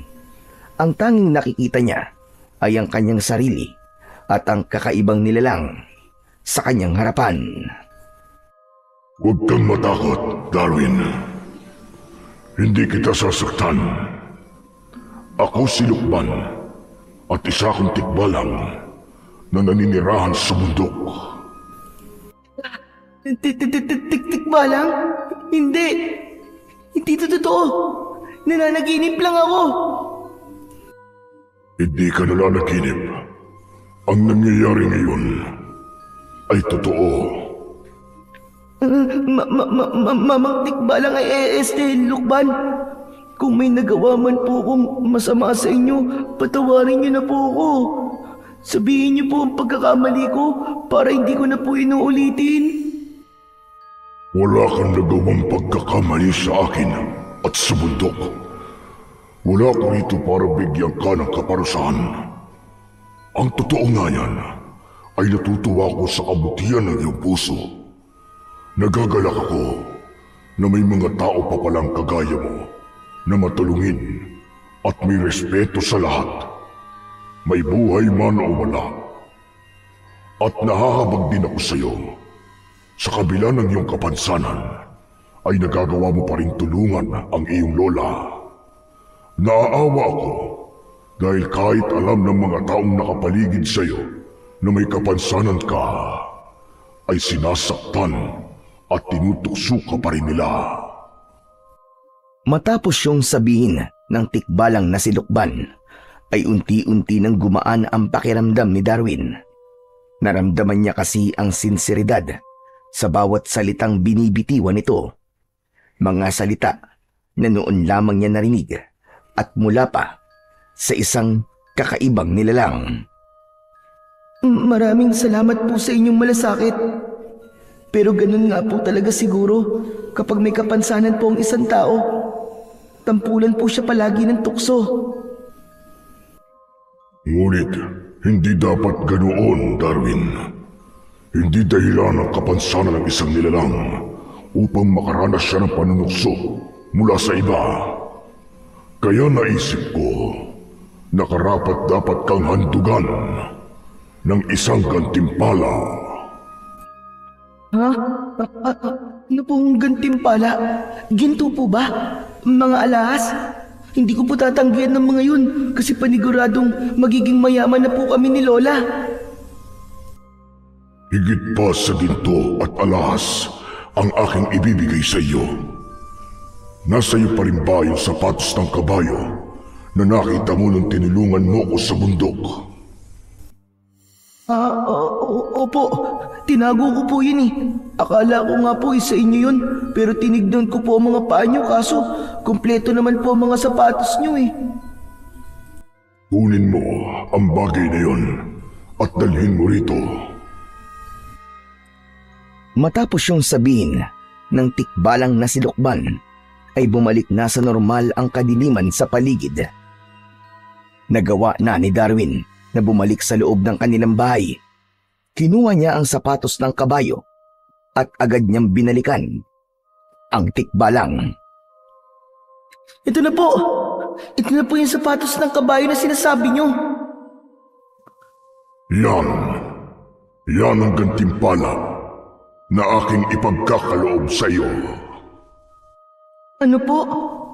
Ito po? Pero hindi naman po ako kabayo para gumamit nito eh. Saka kung ibibenta ko naman po to sa junk shop, parang wala pa tong 1 kilo eh. Pero ayos lang po pala, tatanggapin ko pa rin po ito. At iisipin ko na ang bagay po na ito ay patunay na may nakilala po akong tikbalang na kagaya po ninyo. Hindi yan isang pangkaraniwang sapatos ng kabayo, Darwin. Yan ay ang makapangyarihang mutya ng sapatos ng kabayo. Teka, hindi po ba't ang mutya ay yung parang agimat o anting-anting? Higit pa roon ang taglay niyang kapangyarihan. Itali mo yan sa iyong bebang at makakamtan mo ang kapangyarihan ng mutya na yan. Ano po ba ang kapangyarihan na meron to? Yun ang dapat mong tuklasin, Darwin. Malaki ang tiwala ko sa iyo na gagamitin mo yan sa kabutihan dahil busilak ang iyong puso. Magsasalita pa sana si Darwin nang bumalik na si Lukban sa pagiging isang kabayo. Ha? Lukban, sagutin niyo po muna ang tanong ko. Anong kapangyarihan ng mutya na to? Ala, wala na. Ang daya niyo naman. Hindi niyo pa nga sinasabi sa akin eh. Nanatili si Lukban sa pagiging kabayo at wala na siyang nakuwang sagot mula rito. Wala nang nagawa si Darwin kundi ang sundin ang sinabi ng tikbalang. Naghanap siya ng matibay na tali. Nakahanap siya ng mahabang tali na gawa sa abaka at yun ang ginamit niya upang itali ang mutya ng sapatos ng kabayo sa kanyang bewang. Matapos yun ay bumalik siya sa pagkakahiga sa tabi ng lola niya na mahimbing pa ring natutulog. Nang pumikit na si Darwin ay hindi pa rin siya makapaniwala sa nangyari sa gabing yun. Pakiramdam niya ay isa lang panaginip ang lahat na may nakilala siyang tikbalang sa katauhan ni Puti na Lukban pala ang pangalan. Kinaumagahan, gaya ng nakasanayan, ay maagang gumising si Darwin. Sandaling nawala sa utak niya ang nangyari kagabi dahil ang una niyang naisip ay ang mga gawain na kailangan niyang gawin sa araw na yon. Wala na sa tabi niya si Lola Biring dahil palagi itong nauunang magising. Bumangon si Darwin, naglakad siya patungo sa kusina at naabutan niya roon si Lola Biring na nagpriprito ng itlog. Naramdaman ng matanda ang presensya ni Darwin, kaya humarap ito. Magsasalita sana si Lola Biring, ngunit natigilan ito. Bumakas ang pagkagimbal sa muka ng matandang babae. Lola, bakit ganyan po ang itsura nyo? May problema po ba? Ang kaliwa mong paa. Ano nangyari sa paa mo? Po, bakit po ba? Yumuko si Darwin upang tignan ang kaliwa niyang paa. Maging siya ay nagimbal sa kanyang nakita. Normal na ang kanyang kaliwang binti at paa. Hindi na yun payat at doon lang niya napagtanto na nagawa niyang makapaglakad ng maayos. Naguguluhang lumapit si Lola Biring kay Darwin. Hinawakan at pinisil-pisil nito ang kanyang binti. Bihira. Isang himala. Paano nangyari ito? Sabihin mo ka, may ininom ka bang gamot o nagpatingin ka ba sa isang albularyo? Ano nangyari sa'yo? Bakit nagkaganyan ang binti mo? Wala po akong ininom na gumot, Lola Biring. Hindi rin po ako nagpagamot sa isang albularyo. Paggising ko po, ganyan na po yan eh. Ngayon ko nga lang po nakita. Sandaling natigilan si Darwin nang maalala niya ang tikbalang nasilukban at ang nakasabit sa bewang niya na mutya ng sapatos ng kabayo. Doon niya nalaman na kaya nakakalakad na siya ng normal ay dahil nasa kanya ang isang makapangyarihang mutya mula sa tikbalang. Nagdesisyon si Darwin na wag munang sabihin sa lola niya ang tungkol sa bagay na yon. Naluwa si Darwin sa labis na kasiyahan. Pakiramdam niya ay nangyari na ang himalang matagal niya nang nais mangyari sa kanya. Hindi ko po talaga alam kung paano po ito nangyari. Pero napakasaya ko po. Magaling na po ang isang binti ko at paa ko, Lola. Magaling na po ako. Hindi na nakapagsalita ang matandang si Lola Biring. Hindi alam ni Darwin kung masaya ba o hindi ang lola niya sa magandang pangyayaring yon. Pero nang sandaling yon, ay hindi na yon binigyan ng pansin ni Darwin dahil mas lamang ang kasiyahan na kanyang nararamdaman. Mabilis na kumalat sa buong baryo ang tila himalang nangyari kay Darwin. Marami ang nagtanong sa kanila ni Lola Biring kung paanong biglang gumaling ang pagiging pilantod ni Darwin at iisa lang ang naging kasagutan nila. Hindi nila alam kung paano yun nangyari at kinukonsidera nila na isa yung himala mula sa kalangitan. Isa sa mga naging masaya sa paggaling ni Darwin ay walang iba kundi ang kaibigan niyang si Rodel. Hindi ito makapaniwala na makapaglalaro na sila nito ng habulan at makakaakyat na sila ng magkasama sa mga puno. Habang si Puti ay nananatiling normal na kabayo sa paningin ng lahat. Ngunit para kay Darwin ay hindi na isang kabayo si Puti dahil batid niya na isa tong makapangyarihang tikbalang na siyang dahilan ng kanyang paggaling. Habang pababa si Darwin ng bundok kasama si Puti, ay kinausap niya ito. Puti, maraming salamat ha. Kasi ipinagkaloob mo sa akin ng mutya ng sapatos ng kabayo. Sa totoo lang, hindi ko na inisip na darating ang araw na makakalakad ako ng normal eh. Ganito pala ang pakiramdam kapag walang problema ang mga paa at binti, no? Grabe, napakadaling makapunta sa mga lugar na gusto kong puntahan. Hindi ako nahihirapan maglakad. Hindi nangangalay yung isa kong paa. Nagulat si Darwin nang nag-anyong tikbalang si Puti. Tumapon ang mga gulay dahil doon. Hala, Puti, bakit ka naman naganyang tikbalang nang wala ka man lang pasabi? Tignan niyo po. Lagot, kumalat na ang mga gulay. Tepok ako nito kay Lola. Paumanhin. Ngunit nais lang kitang makausap sa pagkakataong ito. Masaya ko na masaya ka sa gantimpalang ipinagkaloob ko sa iyo. Opo, sobrang saya ko po talaga. Hindi niyo na po alam.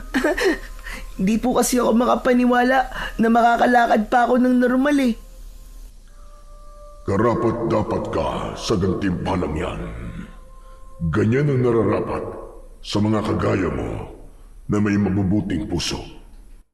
Ngunit nais ko lang ipaalam sa iyo na hindi lang ang paggaling ng iyong kapansanan ang kayang gawin ng mutya ng sapatos ng kabayo. Talaga po? Ano pa po? Pwede po bang sabihin niyo muna sa akin kasi baka bumalik na naman kayo sa pagiging kabayo nang hindi pa po nasasagot ang tanong ko, kagaya po nung una. Batid ko ang hindi magandang nangyayari sa inyong baryo ngayon. Alam ko na may isang aswang ang naghahasik ng lagim at ramdam ko ang takot mo at ng mga kababaryo niyo sa nilalang na yon. Tama po kayo. Nakakatakot po kasi wala kaming proteksyon ni Lola mula sa aswang. Hindi po kasi naniniwala si Lola sa aswang, kaya hindi po siya nagsasaboy ng asin sa paligid ng bahay namin. Ang asin ay pansamantalang proteksyon lamang sa aswang. Ngunit tandaan mo, Darwin, ang pinakamalakas na proteksyon laban sa aswang ay nasa iyo na. Ang mutya po ba ng sapatos ng kabayo ang tinutukoy nyo? Tama ka. Magagamit mo yan sa pakikipaglaban sa aswang na yun, Darwin. Ano po? Bakit kailangan ko pong makipaglaban? Hindi po ako marunong makipaglaban, lalo na po sa isang aswang. Kaya mo, Darwin. Lalo na't nasa iyo ang isang makapangyarihang mutya. Maniwala ka lamang sa iyong sarili at ako na ang nagsasabi sa iyo na magagawa mo ang mga bagay na akala mo ay hindi mo kaya. Pero Lukban... Hindi na nagawang tapusin ni Darwin ang kanyang sasabihin dahil sa isang kisap mata ay naging puting kabayo na muli si Lukban. Alam niya na kahit na anong tanong ang gawin niya ay wala na siyang makukuwang kasagutan mula sa tikbalang, kaya inayos niya na ang mga nagkalat na gulay. Ibinalik niya ang mga yon sa tiklis at saka sila muling naglakad ng kabayo pababa sa bundok. Simula nang malaman ni Darwin na magagamit din niya ang mutya ng sapatos ng kabayo sa pakikipaglaban sa aswang, ay nagkaroon siya ng takot. Palagi niya kasing iniisip na sa kabila ng pagkakaroon niya ng makapangyarihang mutya, ay hindi naman niya alam kung paano yun gamitin pagdating sa pagprotekta sa kanyang sarili at sa ibang tao. Isang umaga, nakaupo si Darwin sa upuang nasa likod ng kanilang kubo. Nakatingin lang siya kay Puti habang malalim na nag-iisip. Nagulat si Darwin nang biglang tumabi si Rodel sa kanya. Natawa ito nang magulat siya. Grabe ka! Ang lalim naman ang iniisip mo, Darwin. Ang dali mo tuloy gulatin. Ano ba kasing iniisip mo? Yung mga nangyayari sa akin sa mga nakalipas na araw. Hindi pa rin kasi ako makapaniwala na nakakalakad na ako ng maayos ngayon. Alam mo, nagtataka rin ako kung paano ka gumaling eh. Umamin ka nga sa akin. May pakiramdam kasi ako na alam mo naman talaga ang sagot pero ayaw mo lang sabihin eh. Wala akong nililihim sa'yo, no? Sus, kilala kita. Alam ko kapag hindi ka nagsasabi ng totoo. Ano bang ginawa mo, ha? Siguro ikaw, nakipagkasundo ka sa demonyo, no? Uy, grabe ka naman sa akin.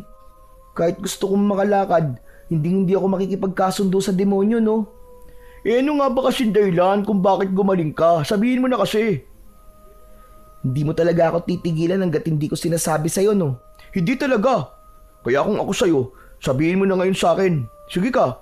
Kahit hanggang mamayang gabi, hindi talaga ako aalis dito. Oo na nga, sasabihin ko na sa'yo. Kailangan ko rin kasi ng may mapagsasabihan nito eh. Pero mangako ka sa akin, Rodel ha. Mangako ka na wala kang pagsasabihang iba sa mga nalalaman mo sa akin. Oo, sige, pangako. Wala akong pagsasabihan na kahit na sino. Kahit kay nanay at tatay, hindi ko sasabihin. Sige, sasabihin ko na sa'yo. Ang totoo niyan, si Puti ang may kagagawan kung bakit nakakalakad na ako ngayon ng maayos. Ano? Paano si Puti? Hindi ba kabayo lang naman siya? Yun ang akala mo. Pero hindi talaga kabayo si Puti. Isa siyang tikbalang na ang pangalan ay Lukban.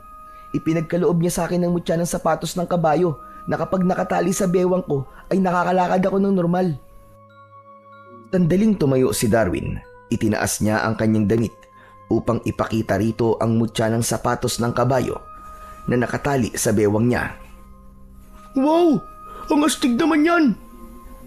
Ganyan lang ba ang reaksyon mo? Hindi mo ba ako tatawanan kasi hindi ka panipaniwala ang mga sinabi ko sa'yo? Wala naman ako magagawa kundi ang maniwala kasi na sinabi mo eh. Pero totoo kasi ang mga mutya. Yung namatay kong lolo, meron din siya mutya kaya napakahaba ng buhay niya eh. Nagsawa na nga lang yata siyang mabuhay eh, kaya itinapon na lang niya yung mutya. Tapos, doon siya nagsimulang manghina hanggang sa mamatay na siya. Pero natatakot kasi ako sa isa pang kayang gawin ng mutya na meron ako eh. Alam mo Rodel, ang sabi sa akin ni Lukban, pwede ko daw itong gamitin sa pakikipaglaban sa aswang. Ito raw ang magiging proteksyon ko. Talaga? Ano namang nakakatakot dun? Ayaw mo ba nun? May proteksyon ka sa aswang na namemerwisyo dito sa baryo natin? Yung proteksyon, gusto ko yun. Pero yung makipaglaban ako sa aswang, parang hindi ko yata kaya yun. Natatakot ako eh. Sa bagay, may punto naman yung sinabi mo.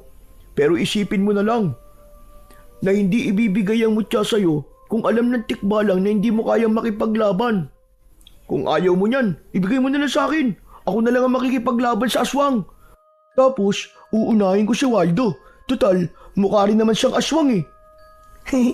Puro ka talaga kalokohan eh. Eh di kung ibibigay ko tong mutya sa'yo, magiging pilantod na ulit ako. Ay, oo nga pala no. Eh di sa'yo talaga yan. Saka, magdasal ka na lang na hindi kayo atakihin ng lola mo ng aswang. Nang sa ganun, hindi mo kailangan makipaglaban, di ba? Tama ka, Rodel. Sana nga ay hindi kami atakihin ng aswang.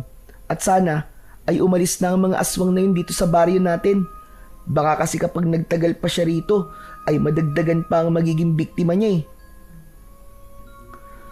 Kapwa tumahimik sina Darwin at Rodel habang nakatingin sila kay Puti na nakatali sa puno ng mangga. Inisip ni Darwin na kung sakali na kailangan niyang makipaglaban sa aswang, ay kaya ba niyang harapin yun? Nang sandaling yun, ay labis ang pagdududang nararamdaman niya para sa kanyang sariling kakayahan. Kinagabihan, habang mahimbing nang natutulog si Lola Biring, ay gising na gising pa rin ang batang si Darwin. Nang dahil sa kanyang pag-iisip, ay hindi siya dinadalaw ng antok. Maya-maya pa ay napapitlag si Darwin nang may bumagsak na kung ano sa kanilang bubong. Biglang nagising ang kanyang lola na si Lola Biring. Jesus Mariosep, ano ba bagay na yun? Ano yung maingay? Hindi ko po alam. Para pong may bumagsak po sa bubong natin, Lola Biring eh. Ako, Diyos ko po, baka magnanakaw na yun ah. Umanda siya sa akin. Hindi siya uubra kahit matanda na ako. Tatagpasin ko talaga ang leg niya. Sandali nga. Lola Biring, ano pong gagawin niyo? Ay ano pa ba? Lalabas ako at ipapakita ko sa magnanakaw na yon na malimbahay ang napili niyang pasukin. Lola, wag na po kayo lumabas. Baka mamaya po aswang yun eh. Tigilan mo na nga ako sa kakaaswang-aswang mo. Tumigil ka. Sinabi lang hindi totoo mga aswang. Dito ka lang, huwag kang aalis. At kahit talo mangyari, ay huwag na huwag kang lalabas ng bahay. Nagkakaintindihan ba tayo? Pipigilan pa sana ni Darwin si Lola Biring, Pero bumangon na ang matanda. Nagtungo ito sa kusina at kinuha ang matalas na itak na nakasabit sa dingding. Matapos yun, ay lumabas na nga si Lola Biring ng bahay. Maya-maya pa ay narinig ni Darwin ang matapang na pagsigaw ng kanyang lola. Hoy! Ikaw! Kung sino ka bang nandyan sa bubong ng bahay namin, ay bumaba ka rito! Harapin mo ako! Huwag kang tuwag! Siraulo ka! Tignan natin kung umubra ka sa itak ko! Madali ka! Bumaba ka dyan! At harapin mo ako! Hindi ako natatakot sa'yo! Bumaba ka dyan! Huwag kang duwag! Hindi nagtagal ay narinig ni Darwin ang malakas na sigaw ni Lola Biring. Ngunit sa pagkakataon na yon ay humihingi na yon ng saklolo. Aray ka! Bitiwan mo akong hayop ka! Bitiwan mo ako! Hindi mo ako mapapatay! Tulungan niyo ako mga kapitbahay! Tulungan niyo ako! Tulungan niyo ako! Naku po, Diyos ko! Si Lola Biring! Nagmamadaling lumabas si Darwin sa bahay nila. Labis siyang nagimbal nang makita niya na isang nakakatakot na nilalang ang nasa ibabaw ni Lola Biring. Isang nilalang na may mabalahibong katawan. Matutulis ang mga kuko. Parang patalim ang mga pangil at pulang-pula ang mga mata. Umaangil ang nilalang na parang isang mabangis na hayop na gutom na gutom. Agad na napagtanto ni Darwin na hindi magnanakaw ang nasa bubong ng kanilang bahay, kundi isang mapaminsalang aswang. Malakas na napasigaw si Lola Biring nang kagatin ito ng aswang sa balikat. Nakita ni Darwin ang itak na nalaglag sa lupa. Nang nakapagdesisyon siya na tulungan ang kanyang lola, ay naramdaman niya ang bahagyang pag-init ng mutya ng sapatos ng kabayo na nasa kanyang bewang. Isang kakaibang enerhiya ang gumapang sa buo niyang katawan. Tila may maliliit na boltahe ng kuryente ang pumasok sa kanyang mga ugat hanggang sa bawat himaymay ng kanyang laman. Bigla siyang nagkaroon ng lakas ng loob at tapang. Tumakbo si Darwin at kinuha niya ang itak. Hayop kang aswang ka! Pakawalan mo ang lola ko! Agad na itinarak ni Darwin ang itak sa likod ng aswang. Kasabay ng pagsigaw ng aswang ay ang pagsirit ng dugo nito sa likod. Galit na humarap ang aswang kay Darwin. Napaatras siya ng bahagya pero hindi siya tuluyang tumakbo palayo. Hanggang sa unti-unting lumapit ang aswang kay Darwin. Parang gustong-gusto na siyang kainin. Darwin! Ano pang ginagawa mo? Bilisan mo! Iligtas mo na ang buhay mo! Tumakbo ka na sa loob ng bahay! Pabayaan mo na ako dito! Hindi po, Lola. Hindi ko po kayo susundin sa pagkakataong to. Hindi ko po kayo pababayaan. Haharapin ko po ang aswang na yan. Hindi po ako natatakot sa kanya. Kailangan ko po siyang labanan at patayin. Biglang sumugod ang aswang kay Darwin. Mabilis siyang yumuko nang akmang kakalmutin sana siya nito. Pakiramdam niya ay may kung anong sumanib sa kanya na siyang nagpapagalaw ng kusa sa kanyang katawan. Sa pagyukong yun ni Darwin ay itinarak niya ang itak sa tiyan ng aswang. Umalingaw-ngaw ang sigaw ng aswang sa buong paligid. Doon na sumilip ang mga tao sa kani-kanilang mga bintana upang panoorin ang pakikipaglaban ng batang ni Darwin sa mabangis na aswang. Sa muling pagsugod ng aswang ay malakas yung sinipa ni Darwin sa tiyan. Hindi siya makapaniwala nang lumipad ng malayo ang aswang nang dahil sa isang sipang yun. Pakiramdam niya ay hindi lang siya naging malakas, kundi nagkaroon din siya ng katangian ng isang kabayo. Nang napahiga ang aswang sa lupa, ay pinilit nitong tumayo. Pero nahirapan na ito. Sinamantala ni Darwin ang pagkakataon na yon na nahihirapan ang aswang. Kaya naman, ubod bilis siyang tumakbo palapit sa aswang at walang pagdadalawang isip niyang itinarak ang matalas niyang itak sa gitna ng noo nito. Nang hugutin niya ang itak, ay gumalaw pa ng ilang segundo ang aswang. Kaya naman, mabilis niyang itinarak ang itak direkta sa puso nito hanggang sa tuluyan na yung binawian ng buhay. Doon na lumabas ang mga tao sa kani-kanilang mga bahay at masayang pinalakpakan ang ginawang yun ni Darwin.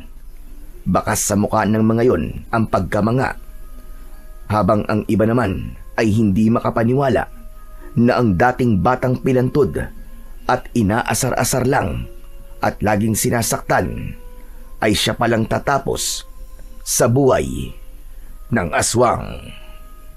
Agad namang nilapitan ni Darwin si Lola Biring. Tinulungan niya ang matanda na makatayo at dinala niya ito sa loob ng kanilang kubo. Inihiga niya ito sa sahig na kawayan. Lola, sandali lang po ah. Dito lang po kayo.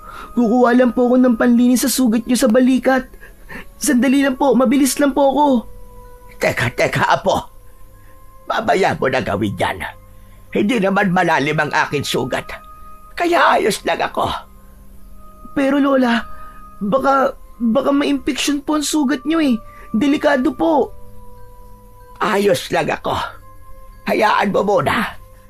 Gusto ko lang sabihin sa'yo na narinig ko ang pag-uusap niyo ng kaibigan mo si Rodel tungkol sa isang tikbalang na nagbigay sa'yo ng makapagyarihang butya. Alam ko na ang butya na yon ang dahilan kung bakit mo natalo ang aswang at kung paano ka gumaling sa iyong kapansanan. Apo, bakit hindi mo sinabi sa akin ang tungkol sa bagay na yon? Alam niyo na po. Sorry po, Lola. Kasi po, hindi ko po alam kung anong magiging reaksyon niyo eh. Natatakot po ako sa inyo na baka kung ano pong gawin niyo po sa akin at sa mutya. Kung ganun pala, ay may takot ka nang nabuo sa akin. Ay nako, mali pala talaga ang naging paraan ko para tumapang ka, Darwin Apo. Imbis na tapang pala, ay takot ang nagkaroon ka. Po, ano po bang ibig niyong sabihin, Lola Biring? Hindi ko po kayo maintindihan eh. Ang totoo niyan, Apo. Kaya ako nagiging mahigpit sa'yo at naging matigas ang puso ko, ay naisip ko na yun lamang ang taging paraan para maging matapang ka. Pinahirapan kita kasi naniniwala ko na kapag gano'n ang aking ginawa, ay maiisip mo na sadyang hindi madali ang buhay at wala kang magagawa kundi ang lumaban at protektahan ang sarili mo. Nagkamali ako. Patawarin mo ko, aking apo. Patawan kung huli na nang mapagtanto ko na mali ang paraan na aking ginawa para maging matapang ka sa pagharap sa napakalupit na realidad ng buhay. Pero maniwala ka, Apo. Maganda ang aking intensyon, ngunit hindi naging maganda ang aking pamamaraan para gawin kang matapang. Maniwala ka, Apo. Patawarin mo ako. Pagkatapos ng revelasyong yun ni Lola Biring, hindi na napigilan pa ni Darwin ang pagtulo ng kanyang mga luha. Maigpit niyang niyakap ang kanyang lola. Hinaplos naman ni Lola Biring ang likod ng kanyang apo habang patuloy ito sa pag-iyak. Patawarin mo ko, Darwin, apo. Patawarin mo ko. Ako ang dapat nagbigay ng pagmamahal na nararapat mong tanggapin. Pero hindi ko ibinigay yun sa'yo. Patawad kung kinailangan mong maranasan ang mga ganong pagpapahirap sa mura mong edad. Patawarin mo ako, apo. Tahan na po, Lola Biring, tahan na po. Pero Lola Biring, salamat po kasi sinabi niyo po yan sa akin. Kaya ngayon, nauunawaan ko na po kayo. Alam niyo po na hindi magiging mabait ang mundo sa mga kagaya ko na may kapansanan. Pero hindi pa po yan lahat, Lola. Pwede naman po tayo magsimula ulit eh. Saka, wag po kayo mag-alala. Hindi po ako galit sa inyo. Pinapatawad ko na rin po kayo. Diyos ko, maraming salamat, apo. Napakabait mo talaga, bata. Nangangako ko sa iyo na simula sa gabing ito, apo, ay hindi na kita paihirapan pag muli. Ibibigay ko na sa iyo ang pagmamahal na dapat ay noon ko pa ibinigay. Maraming salamat sa pagliligtas mo sa aking buhay, apo. Sa kabila ng kalupitan ko sa iyo, ay hindi ka nagdalawang isip na iligtas ako mula sa aswang. Maraming salamat, apo. Utang ko sa iyo ang aking buhay. Wala na po yun, Lola. Tapos na po. Tsaka syempre po, hindi naman po kita pwedeng pabayaan eh. Lola po kita. At mahal na mahal po kita, Lola. Salamat, apo. Mahal na mahal din kita. Halos ayaw nang humiwalay ni Darwin sa pagkakayakap sa kanyang lola dahil noon lang niya yon nagawa. Kahit patuloy ang pagpatak ng kanyang mga luwa, ay nakangiti siya.